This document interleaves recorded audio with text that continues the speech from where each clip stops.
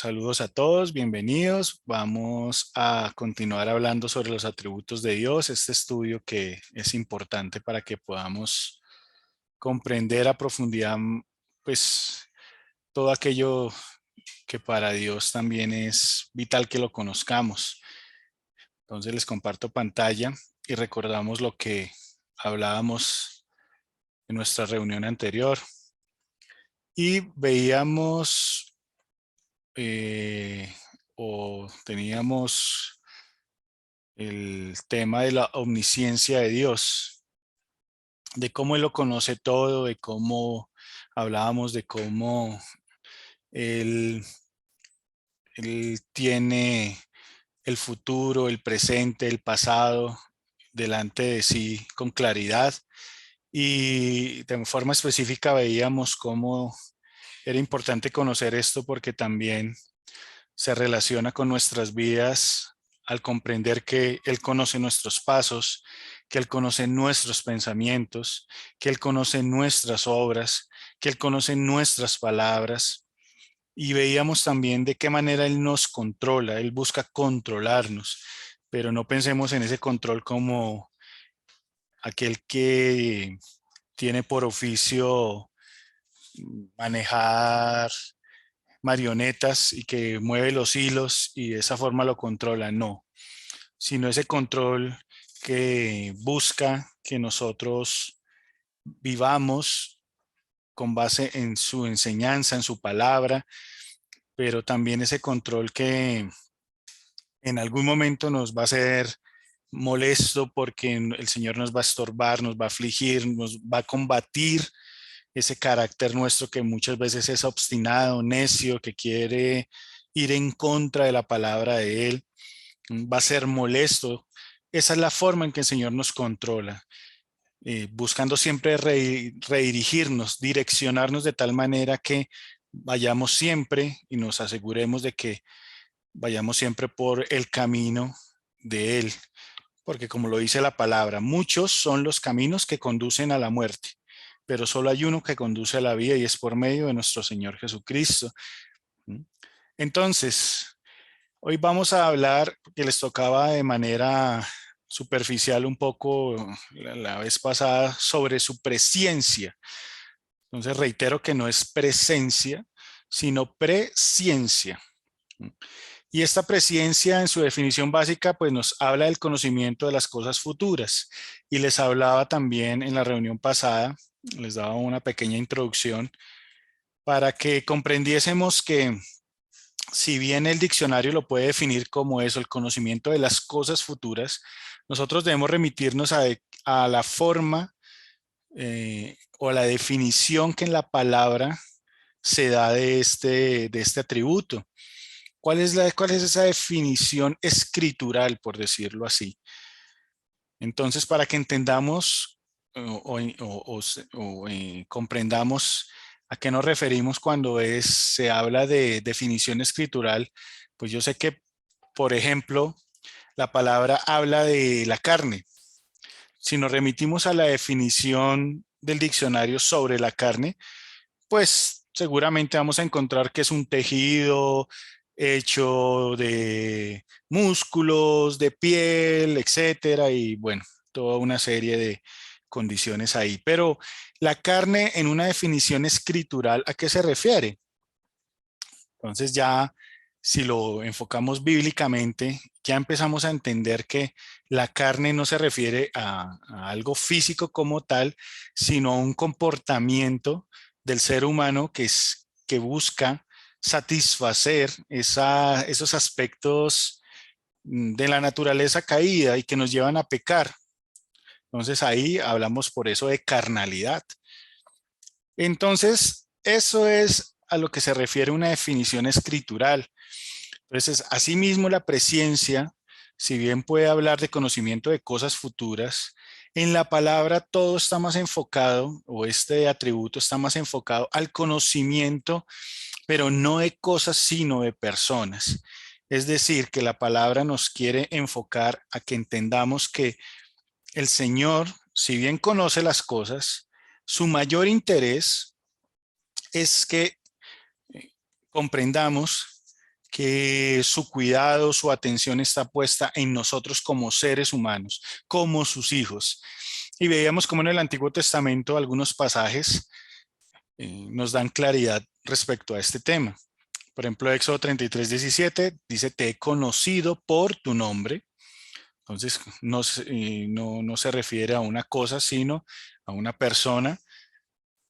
Deuteronomio 94 dice, rebeldes habéis sido a Jehová desde el día que yo os conozco. Se está refiriendo a un pueblo, a su pueblo, y está vinculando esta palabra conocer, que está relacionado con aquellas cosas que se conocen, pero, como le reitero, respecto a alguien, no a algo. Dice, antes de que te formase en el vientre, te conocí. Yo conocía ya cosas de ti. Esas cosas pasadas, conozco esas cosas presentes y eso es futuro, pero de ti. Lo habla en el libro de Jeremías. En el libro de Oseas también nos dice, constituyeron príncipes, mas yo no los conocí. A vosotros solamente he conocido de todas las familias de la tierra. Amós 3:2. Entonces, en estos pasajes, reitero, la palabra conocer se enfoca a, a las personas, no a las cosas. Y en estos pasajes, la palabra conoció tiene una connotación en su definición de o más bien que se refiere a algo que es amado. Entonces, no es simplemente hablar de alguien, sino de alguien que es especial para Dios. Entonces, el Nuevo Testamento nos da también una connotación respecto a este asunto. Dice Primera de Pedro 1:2, a los expatriados de la dispersión en el Ponto, Galacia, Capadocia, Asia y Bitinia, elegidos según el previo conocimiento de Dios, y vea cómo está hablando de que esos elegidos, ¿quiénes eran? Pues aquellos que Dios ya había conocido, esas personas, dice, por la obra santificadora del Espíritu para obedecer a Jesucristo y ser rodeados con su sangre. ¿Listo? Entonces, podemos ver cómo el Señor allí, incluso en el Nuevo Testamento, hace referencia a ese conocimiento específico, a ese previo conocimiento, pero de quienes son especiales para ese pueblo que ha sido separado para él. Entonces, con respecto a la presencia, vamos a analizar un texto que es muy conocido y que nos deja ver cómo en su voluntad soberana el Señor nos escogió. Romanos 8:29 dice, porque a los que antes conoció, y vuelve a referirse a personas, dice, también los predestinó. ¿Para qué? Para que sean hechos conforme a la imagen de su Hijo, para que Él sea el primogénito entre muchos hermanos, refiriéndose al Señor Jesús. Y a los que predestinó, también los llamó, y a los que llamó también los justificó, y a los que justificó también los glorificó. Entonces, vamos a tratar de desglosar un poco este pasaje para entender todo esto, lo que relaciona este pasaje con la presencia de Dios, ese conocimiento, perdón, previo de las personas y en especial de su pueblo, de aquellos que Él ha llamado. Entonces, cuando se refiere aquí el pasaje y dice, porque a los que antes conoció, aquí la palabra conoció del griego proginosko, pues se refiere a que conoce de antemano. No habíamos nacido y ya el Señor sabía cuál iba a ser nuestro camino, sabía cuál iba a ser nuestra condición, nuestra forma de ser, nuestra manera de vivir, nuestras debilidades, nuestras fortalezas, nuestro carácter, todo aquello que iba a ser parte de nosotros. Él lo conoce de antemano. Y aquí la palabra también dice que aquellos que conoció también los predestinó para que sean que hechos conforme a la imagen de su Hijo. Y la palabra predestinó se refiere a prever, aquello que designó para un fin y específicamente cuál era ese fin, ser como Jesús, dice aquí la palabra, para que sean hechos conforme a la imagen de su Hijo, para eso nos predestinó. Entonces, tal vez si han escuchado el tema de la predestinación, pues hay algunas cosas que se han hablado, que usted tal vez conoce, otras que no conoce de pronto. De pronto para usted también este término predestinó en este momento es la primera vez que lo escucha, pero sea la condición que sea, vamos a tratar de entender qué es eso de predestinar. Algunos hablan de que Dios predestinó a aquellos que él ya sabía que lo iban a aceptar, pero esto no es coherente con lo que enseña la palabra y con la soberanía de Dios, porque entonces, si fuese así, Dios dependería de nuestra elección, dependería para salvarnos de que nosotros decidiéramos elegirlo, más allá de que lo supiera o no. Entonces, no, yo sé que mi hijo, mi hija me va a elegir, por eso lo voy a salvar. Pero eso de alguna manera le da un atributo al hombre que la palabra no respalda, y es el hecho de que de creer que son las obras del hombre o es por una acción de alguien que, que Dios ya conociéndolo de antemano, pues le iba a dar la salvación. Entonces, yo sé que esto puede ser un poco complejo, pero es importante que lo entendamos y vamos a ir entendiendo más a fondo. Dice, entonces, cuando entendemos que Él nos predestinó, dice Hechos 13:48, cuando los que no eran judíos oyeron eso, se pusieron muy contentos y decían que el mensaje de Dios era bueno. Y todos los que Dios había elegido para recibir la vida eterna, creyeron en él. ¿Quién los eligió? El Señor. Aquí no dice que fueron los judíos los que decidieron recibir la vida eterna. No, y todos los que Dios había elegido. Y esa elección es algo que tal vez en cierta forma está velado en la palabra. No sabemos específicamente por qué Dios nos eligió, pero aquí lo que debemos empezar a entender y ya de una forma práctica, aterrizando lo que es la presencia, este atributo del Señor, ¿para qué nos sirve a nuestras vidas? ¿De qué forma es aplicable a nuestras vidas el conocer este atributo? Aquí es cuando debemos empezar a entender que Él fue el que nos eligió, pero que no nos eligió porque, ay, no, es que mira mi hijo, mi hija, es que Él es mejor que los otros, es que él tiene más fe que los demás, no es que es que yo le tengo más cariño a Él o a ella, entonces por eso lo elegí. No, es que yo ya sabía que él me iba a aceptar o ella me iba a aceptar, por eso lo elegí. No, aquí la palabra y viéndolo desde Hechos, la palabra nos empieza a ubicar, dice, y todos los que Dios había elegido, él nos eligió. Y es algo que no debemos olvidar. Es la elección del Señor por su soberanía. Y dice después la palabra en Romanos, y a los para que sea el primogénito entre muchos hermanos, refiriéndose al Señor Jesús, y a los que predestinó también los llamó. Entonces, aquellos que el Señor eligió, los llamó. Y esa palabra llamó tiene que ver con una invitación y con el poner un nombre también. Si ustedes recordarán en muchos pasajes de la palabra, cuando el Señor, por ejemplo, llamó a Pedro y ya le fue formando en él muchas cosas, pero él cuando lo llamó le dijo, ya no serás más llamado como te llamabas, sino Pedro, vas a ser una piedra. ¿Mm?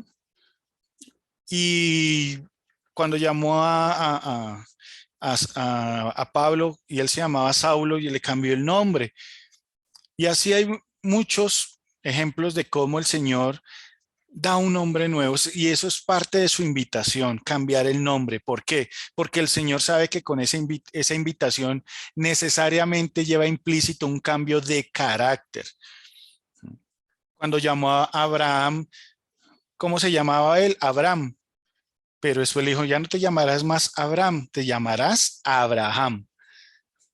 ¿Por qué? Porque ese nombre, si vamos a la definición, ese nombre llevaba una connotación, un significado que iba o expresaba cuál iba a ser el carácter de esa persona, cuál iba a ser el carácter de ese hombre de Dios. Asimismo, cuando el Señor nos invitó, nos llamó, Él empezó a cambiarnos el nombre. ¿Por qué? Porque Él busca cambiar nuestro carácter. Por eso ahí la palabra también dice, para que Él nos predestinó, para que sean hechos conforme a la imagen de su Hijo. Y eso necesariamente de qué habla, de que nosotros para parecernos al Señor Jesús, para tener esa imagen, ser ese reflejo de Él, nuestro carácter tiene que cambiar. Y ante Él podemos seguirnos llamando como nos puso el curita, como nos pusieron nuestros padres, pero para Él nosotros empezamos a tener un nombre nuevo, un nombre nuevo. Entonces dice que a los que llamó también justificó. Y esa justificación se refiere a qué? A, pues, ya lo conocemos, ¿no? A declararnos inocentes, pero no porque seamos inocentes, nuestra naturaleza pecadora está ahí vigente, pero por medio de su Hijo Jesucristo, por medio de su obra, Él nos justificó. Por medio de ese sacrificio, Él nos declaró inocentes, nos dignificó y podemos entrar confiadamente al altar, al lugar de su presencia, a orar, a hablar con Él, como si nunca hubiésemos pecado, pero no porque no lo hubiésemos hecho, sino que Él lavó nuestros pecados, nos perdonó y nos dio un nombre nuevo y nos declaró inocentes. Y Él ya no se acuerda de esa condición. ¿Pero por qué? Por medio del sacrificio, de las buenas nuevas de salvación, de su plan de salvación por medio de Jesucristo, podemos ser justificados. Y dice la palabra que a los que justificó, también los glorificó. Y ese glorificar, ese salvar, es dar honra, es dignificar. Si ustedes recordarán también en el tabernáculo cuando Moisés, junto con el pueblo, armaban el tabernáculo, hacían los sacrificios, al lugar santísimo, e incluso al lugar santo, y al lugar santísimo no entraba cualquiera. El pueblo podía quedarse a las puertas del tabernáculo, del templo, pero no podían pasar de ahí, no debían pasar de ahí porque corrían el riesgo de que murieran por la presencia de Dios. Incluso los que estaban dentro del templo sirviendo no podían pasar al lugar santo y mucho menos al lugar santísimo. El sacerdote tenía que tener una preparación en sus vestiduras, entrar rociado por la sangre del animal, del sacrificio. ¿Por qué? Porque él no podía presentarse en ese lugar santísimo de cualquier manera. Pero cuando el Señor Jesús, como el Cordero de Dios, hizo su obra redentora en la cruz, el velo fue rasgado.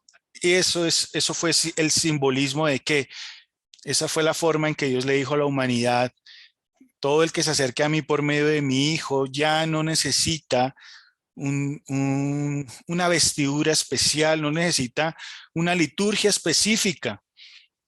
Ya la sangre de mi Hijo es suficiente y lo dignifica de tal manera, lo glorifica de tal manera que puede entrar a mi presencia confiadamente.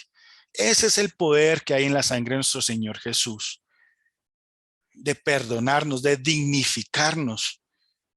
No es, aunque yo sé que eso es de otro tema, pero no es la tarea de la sangre de Jesús que nosotros la usemos como un fetiche y aplicándola por aquí y por allá. No, es la tarea específica de la sangre de nuestro Señor Jesús, fue dignificarnos por medio de su pureza, nos limpió.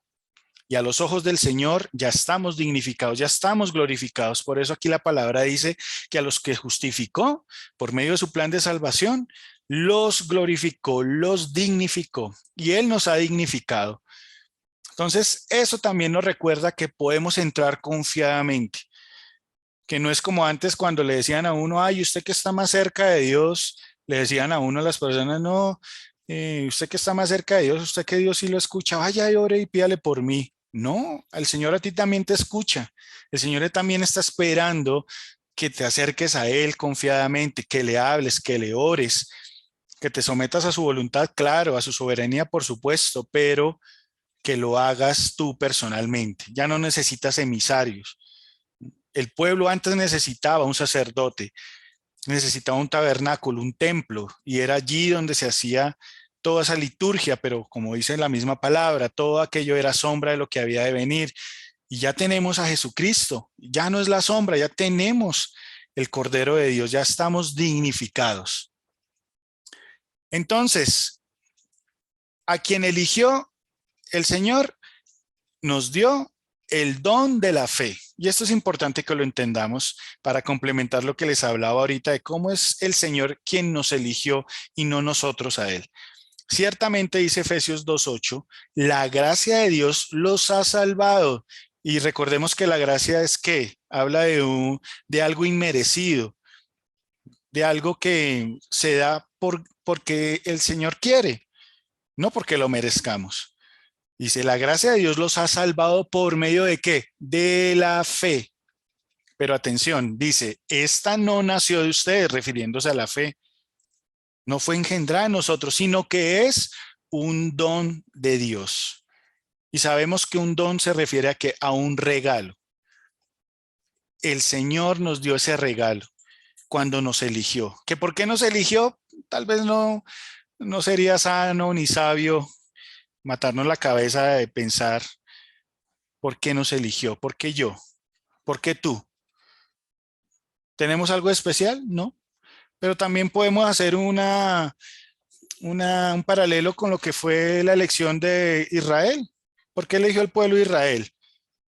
Y el Señor les dice en su palabra, no, ciertamente ustedes no eran un pueblo diferente a los demás, incluso eran los más menospreciados, de los más pecadores, pero el Señor por su gracia los eligió.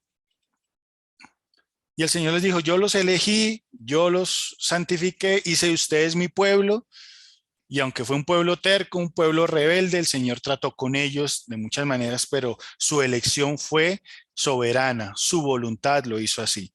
Asimismo ha sido con nosotros. No es porque tengamos algo especial, no nos creamos diferentes o mejores que nadie. Simplemente el Señor nos eligió, pero porque nos eligió, nos dio el don de la fe. Ese don lo usamos como el don de la vista, ¿no? El don de poder ver. Si usted cierra los ojos, pues no va a ver, pero no porque no pueda ver, sino porque usted no quiere. Entonces pasa con muchos cristianos que el Señor les ha elegido y les ha dado el don de la fe, pero también con ese don nos ha dado una responsabilidad y es que lo usemos adecuadamente. Y dice aquí la palabra, ni es resultado de las obras para que nadie se vanagloríe. El Señor no quiere que nadie se crea mejor que nadie crea que es por alguna de sus elecciones, ¿no? Que es que yo elegí, bueno, listo, yo decidí aceptar a Dios, yo decidí creer en Él. No, es que como yo una vez fui a la iglesia, entonces por eso yo creo en Él. No, no creamos que de alguna manera Dios nosotros, o Dios nos debe un favor a nosotros, o que nosotros le hicimos un favor a Dios. No, yo le hice el favor de aceptarlo porque es que me insistieron allá para que fuera una iglesia, para que fuera un retiro, para que fuera. No, fue que en algún momento el Señor lo eligió y me eligió y nos dio el don de la fe. ¿Para qué? Para que prestásemos atención a su palabra, para que esto fuera, su palabra y su plan de salvación fuera llamativo, para que lo pudiésemos entender. Nos fue quitado el velo de nuestros ojos, de nuestro espíritu, y pudimos entender que hay un propósito para nuestras vidas, pero no viene de nosotros. Entonces su presencia, perdón, es importante también en este tiempo para nuestras vidas. Claro que lo es. ¿Por qué? Porque reconocemos, recapitulando aquí lo que hemos visto, que reconocemos que Él nos eligió por su voluntad y no por nuestros méritos. Nunca se crea más que alguien. Por eso el Señor, cuando los discípulos peleaban, no, Señor, ¿quién se va a sentar a tu derecha? ¿Cierto que va a ser yo? No, no, no. No, ¿quién será el mayor en el reino de los cielos? Y el Señor le dijo, el que quiera ser el mayor tiene que ser como el menor. El que quiera estar por encima de los demás tiene que servir, tiene que ser como el más pequeño de sus hermanos. Entonces no crean que es por méritos, no crean que el Señor vaya ay, no ve a mi hijo, a mi hija, y creemos que el Señor es como los hombres que de alguna manera tienen preferencias. La única preferencia que Dios tiene es por su Hijo Jesús y por medio de esa preferencia, porque aceptó ese sacrificio, nosotros fuimos salvados. Entonces, no es tu mérito ni el mérito mío. No es por la cantidad de cosas que hagas en una congregación. Y no quiero decir con esto que no se deba servir en una congregación, pero no creas que estás ganando más puntos, como se dice coloquialmente, delante de Dios. Dios valora que nos esforcemos, por supuesto, pero no creamos que esos méritos hicieron que el Señor se fijara en nosotros de alguna manera más que en otros. No. Hemos creído porque nos ha dado el don de la fe. Fue un regalo de Él y lo estamos usando. Hemos creído en Él porque tenemos ese don. Cuando usted ore por alguien, y esto es algo que tal vez va a ser revelador para algunos, no lo sé, pero cuando usted ore por alguien, para que un familiar, un ser querido, un amigo, alguien cercano, para que haya conversión, eso es lo que usted debe orar. Recuerde que la palabra dice que la oración eficaz del justo puede mucho, pero eficaz. Y la eficacia tiene que ver con la eficiencia, con la efectividad también, que usted da en el blanco. Y su oración debe ser contundente y debe ser clara a la presencia, en la presencia de Dios. Entonces, cuando su oración por alguien o usted lee una oración por alguien, eso es lo que debe pedirle al Señor. Señor, yo te pido por fulanito de tal, concédele el don de la fe para que pueda escuchar el mensaje de la salvación, para que pueda atender a tu llamado, para que pueda entender que su condición de pecador, que necesita de ti, pero no creamos que alguien se convierte por nuestro de nuevo al hablar, que es que porque le insistimos mucho, que es que porque lo llevamos a un retiro, que porque lo llevamos a bautizarse, que porque lo llevamos, le dimos una palabra. No, no le quitemos ni le restemos mérito a Dios. Ha sido el Señor el que en algún momento, cuando alguien nos habló a nosotros, cuando te habló a ti alguien, el Señor te concedió ese don y por ese don que tú lo usaste, porque llegó a tu vida, ahí fue cuando empezaste a creer, aceptaste el plan de salvación del Señor y te acercaste a, a Él, a su reino, a su palabra.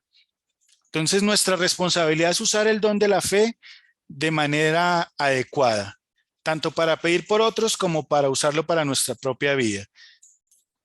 Y eso implica responsabilidad. ¿Cuál responsabilidad?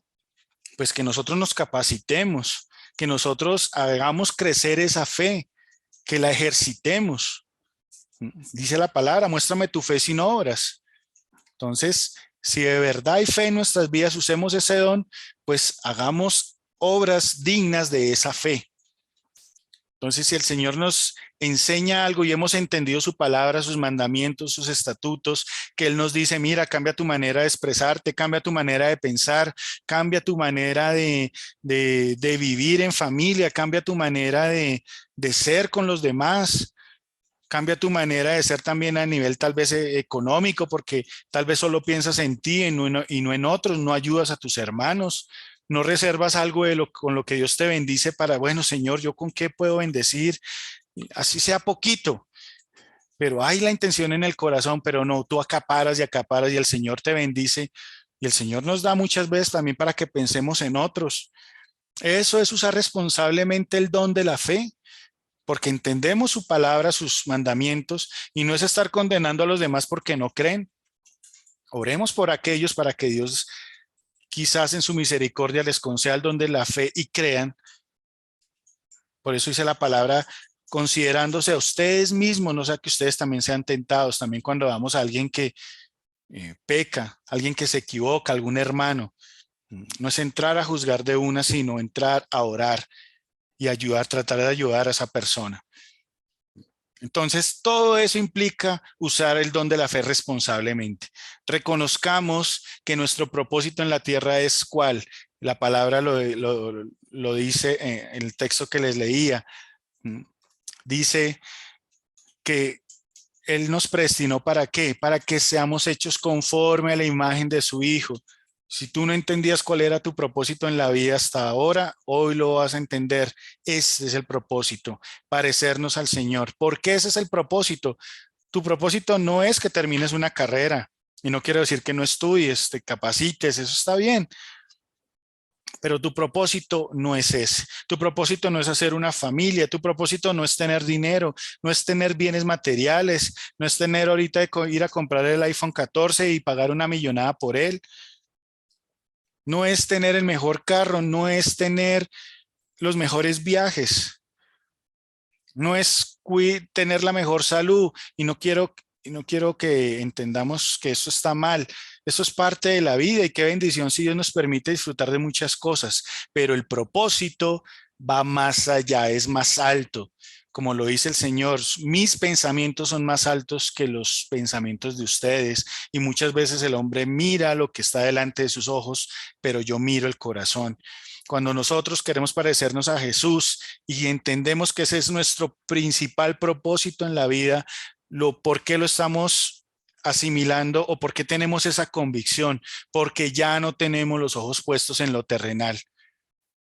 Porque sí, le damos gracias al Señor por lo que podamos tener, por lo que podamos alcanzar, pero cuando entendemos, como lo dice la palabra, que somos peregrinos en esta tierra, que estamos de paso, que todo esto es pasajero, que no debemos posar los ojos en lo terrenal, sino en lo eterno, pues nos preparamos para lo eterno.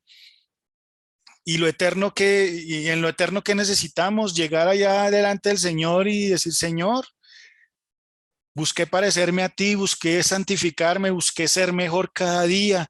Y el Señor es cuando nos dirá, bien, siervo bueno y fiel, pasa al gozo de tu Señor. Pero ahí es donde muchos se van a estrellar cuando el Señor les diga, apartados de mí, yo nunca los conocí, pero ¿cómo así, Señor? Si yo eché demonios en tu nombre, pero si yo hice milagros. Entonces se dan cuenta cómo incluso esas cosas para el Señor no son lo realmente importante. Él está pendiente de tu corazón, de cómo te pareces a Él, de cómo te estás esforzando en parecerte a Él a diario. ¿Te pareces a Él en tu relación con tu cónyuge, con tus hijos? Haces respetar la palabra, pero también haces respetar eh, eh, ese tiempo con Dios. Tus palabras son de paz o traen contienda, traen ira, traen división. ¿Cómo era el Señor Jesús? ¿Cómo reaccionaba el Señor Jesús en una situación difícil, en medio de un conflicto? Entonces, todo eso es lo que nos debe llevar a pensar, a reflexionar. Y este propósito nos debe motivar, como les decía ahorita, a capacitarnos espiritualmente. Sí se puede ser perfecto, porque el Señor nos dijo, sean perfectos como vuestro Padre en el cielo es perfecto. No que alcancemos la perfección en esta tierra, seguramente no, pero somos perfectibles, es decir, que nos podemos ir perfeccionando. Que usted no sea el mismo de ayer, que usted no sea el mismo de hace unos años, como les decía alguna vez, que ustedes entiendan y comprendan que si se comparan con lo que ustedes eran hace un par de años, ustedes digan, realmente Dios ha trabajado en mi carácter. Pero si usted sigue siendo el mismo, con las mismas cosas de siempre, con las mismas palabras, con los mismos malos pensamientos, con las mismas malas reacciones, con el mismo mal temperamento, con la misma forma de ser ácida, alejada de las cosas de Dios, así queriendo hacer las cosas a su manera. Entonces, hermano, usted ha estado perdiendo mucho tiempo y ha vivido una vida religiosa. Pero este es el tiempo donde el Señor nos llama y nos dice, yo quiero que entiendas cuál es tu propósito, que yo te he conocido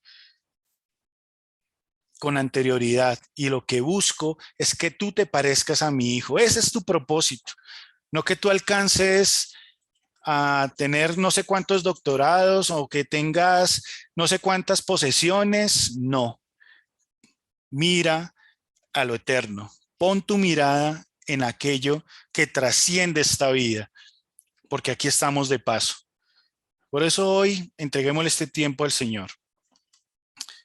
y empieza a hablar con el Señor ahí donde estás.